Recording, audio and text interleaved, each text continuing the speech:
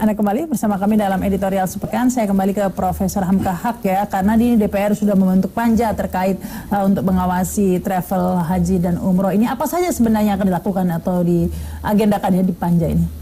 Ya, tentu kita akan mengendakan bagaimana syarat-syarat yang sebenarnya terpenuhi atau tidak suatu travel untuk bisa diberi izin.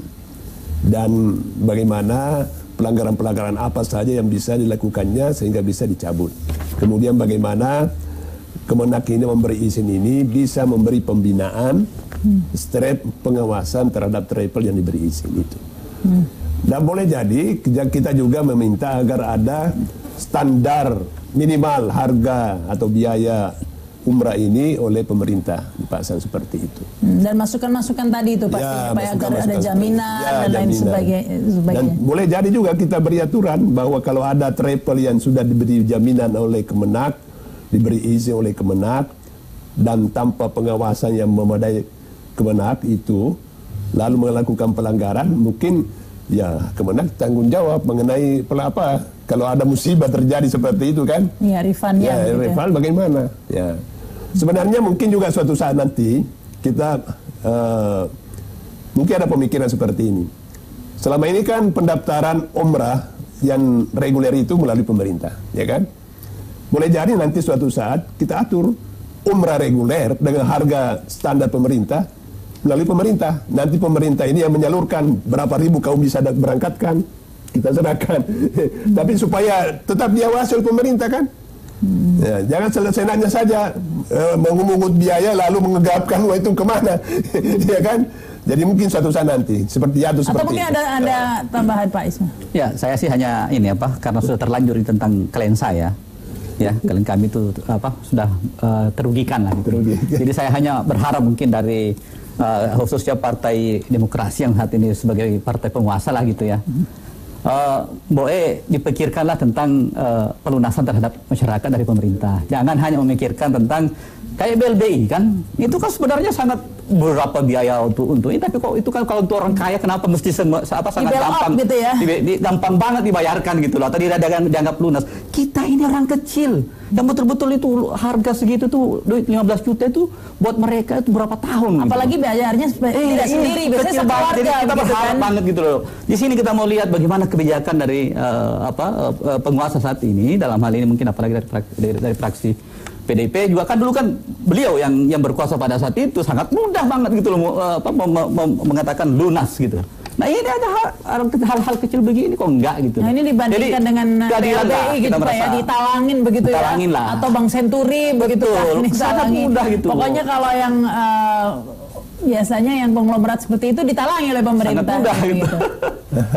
Ini mungkin ditanggapi oleh Pak Profesor. Ya, saya kira itu bisa saja kita usulkan. Tapi saya tadi tetap pada usul saya. Ini bisa dilakukan oleh pemerintah kalau dalam waktu yang singkat. Jika Bapak selaku kuasa hukum ini mengajukan tuntutan itu melalui pengadilan dan ternyata memang ada kelalaian pemerintah. Dan saya kira ada sebenarnya. Jadi mungkin harus proses jalur hukum lah Pak. Disitulah letaknya pemerintah harus bertanggung jawab. Ya kan? Kalau ada kelalaian, ya kan? Ya. Baik, kalau Pak Ade, apa harapan Anda Pak dengan panja ini mungkin Pak? Ya, panja saya kira kita sambut baik karena selalu kita ini kan lahir aturan tuh kalau sudah ada musibah.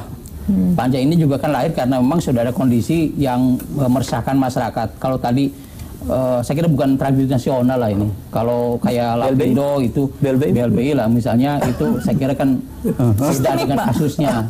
Oh ini kan tetap jalurnya dipakai, asetnya ditelusuri sampai tuntas, sampai habis. Setelah didapatkan keseluruhan baru dibagi rata sesuai dengan kemampuan first travel.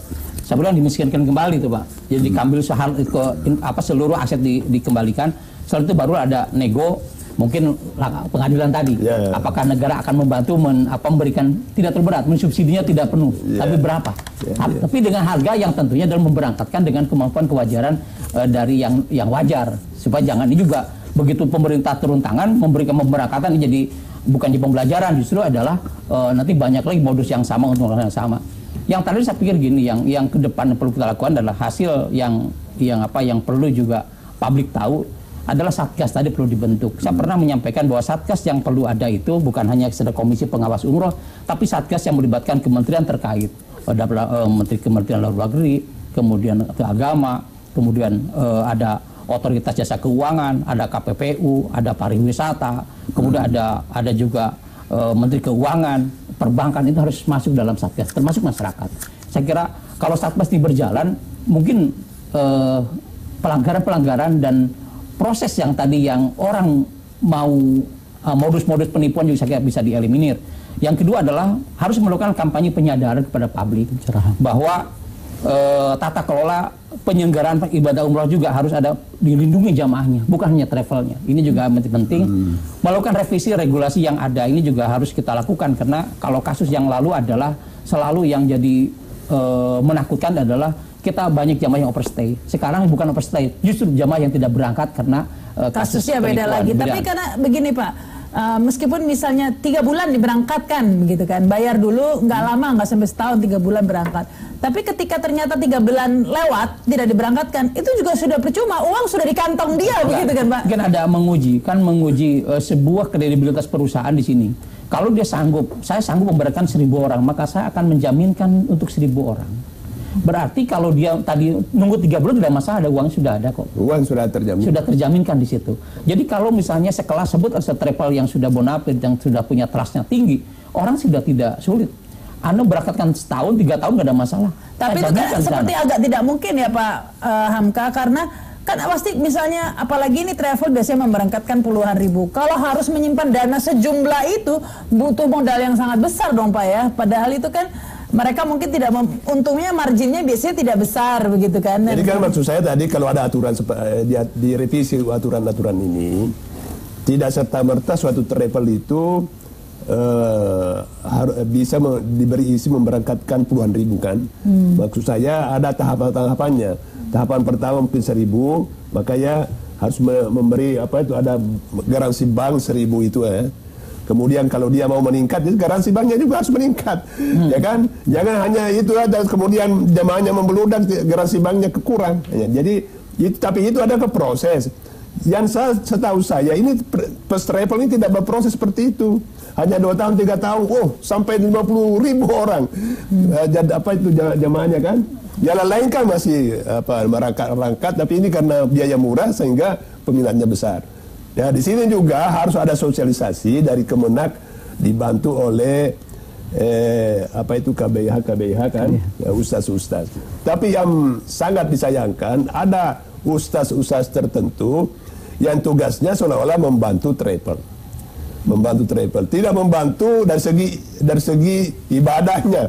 Dalam arti juga tidak membantu bagaimana memberi pemahaman kepada jamaah kehati-hatian. Justru menjadi kaki tangan travel itu pengepul ya, kaki tangan travel sehingga karena masyarakat ini sangat awam dan biasanya hanya percaya kepada ustaz, ulama, wah dia daftar aja, apalagi murah. Nah inilah yang menyebabkan first travel itu membeludak jemaahnya. Ya silakan Pak. Kalau saya tidak bisa melihat dari segi itu, karena Pak Ustadz ini juga kan adalah orang-orang yang lugu, betul murni niat baik. Ya dia tidak melihat bahwa dia punya niat apa yang diinginkan oleh pihak travel gitu loh. Dia betul-betul karena ini murah, mudah, kemudian fasilitas yang baik gitu loh. Kenapa tidak gitu kan? Nah, memang dalam hal ini kita sangat menyayangkan gitu loh. Pihak pemerintah kan harusnya dari awal itu sudah bergerak kalau memang ada hal-hal yang mencurigakan. Jangan kita nggak usah terlalu hitamkan orang-orang lain gitu loh. Kita betul-betul cobalah. Nah, terus sudah terjadi seperti ini, ya siapa lagi yang perlu kita salahkan? Ya kan? Memang faktanya memang pihak pemerintah kemarin itu terlalu membiarkan, ada pembiaran, kemudian ada malah terkesan ikut terlibat gitu loh. Dalam hal ini kan kita lihat sudah ada kejadian berapa kali, kemarin terakhir di Filipina masalah haji. Ini kok kenapa kita cuma menonton membiarkan hal itu terjadi gitu loh. Karena itu di Komisi 8 DPR kita bentuk. Nah, makanya kita sangat berharap sekarang panja ini bekerja DPR, apakah ada keterlibatan pemerintah atau kelalaian. Kan beda itu kan. Kelalaian dan keterlibatan. Kalau kelalaian mungkin kesalahannya sedikit, tapi keterlibatan terus turun jadi pidana itu kan. Kalau oknum udah jelas Pak, kelihatan sekali. Baik, kita harus break dulu ya. Kita lanjutkan lagi Membisa, masih ada satu segmen lagi setelah pesan-pesan berikut ini kami kembali.